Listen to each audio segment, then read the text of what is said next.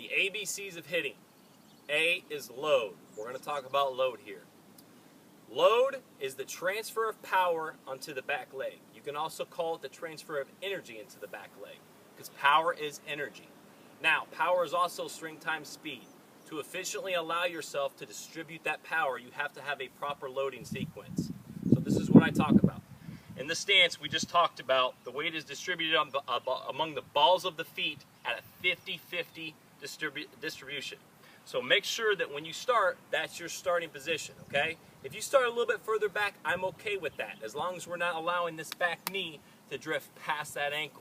So when you're doing your load, what I like to tell athletes is start with the weight on the ball of the foot, and let's think about cutting this back leg in half, okay?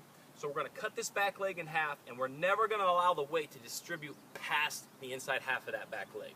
Now, saying that, there are a bunch of different loads that you can do as a hitter, okay? You can have your normal distribution of weight that goes straight into a normal stride of your separation.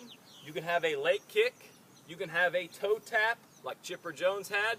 It's all dependent on what is comfortable with you. The majority of hitters just have your basic load, which is your shift of weight into the back leg to create that power on the inside half that creates a separation with just a normal stride, okay? Guys like Josh Donaldson, they get that leg kick. Jose Batista, they get that leg kick. Chipper Jones, a toe tap.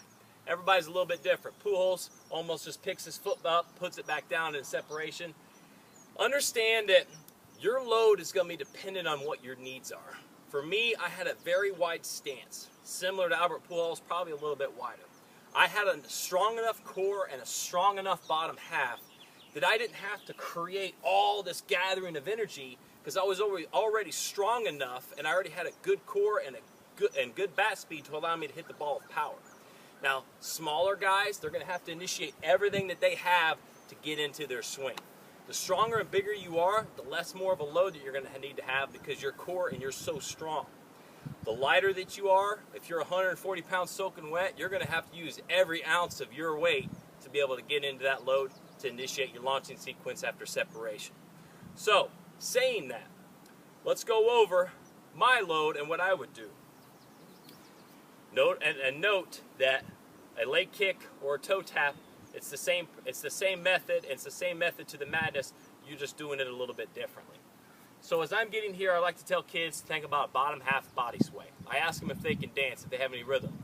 They always act like they don't know how to dance. Some kids like to joke around and say they can dance. That's okay, all right? Whatever floats your boat. If you can dance, you have a little bit more rhythm and timing when you're doing this. We want to think tempo, we want to think body sway, and have a little bit of swagger when you're doing this. So as you're in your stance, and right before you start your load, you're having a nice little sway. You're nice and relaxed. You're not tight. You're not sitting there like a robot squeezing the bat as hard as you can. Be relaxed. Distribute that weight among the ball of your foot, of each leg, nice and easy, so where you have a little bit of control. If your bat's starting here, it's nice and easy. What you're going to do is you're going to shift that weight. 90% of that weight is going to get onto this back side, on the inside half of this leg. Do not let that knee get to here. So all I'm doing is I'm going to shift that weight here right before. You can see I'm just rocking back into that load. I'm not changing my eyes of elevation. I'm not coming up. I'm making sure that I have control of that weight distribution onto the back leg. It's just subtle, nice and easy. It's not real big.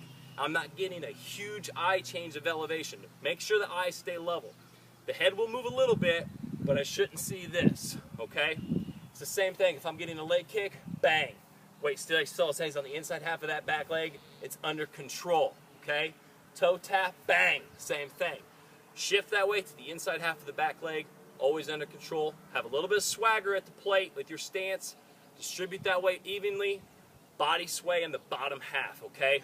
Always having rhythm, always having timing, always be on the ball of foot, because we're trying to be athletic in everything that we do. That right there is the load. I'm going to change forth, and now we're going to go straight into the separation. The load and the separation feed off of one another. If the load is not executed properly, it's going to really screw up your separation. Now, let's go to B, which is the separation.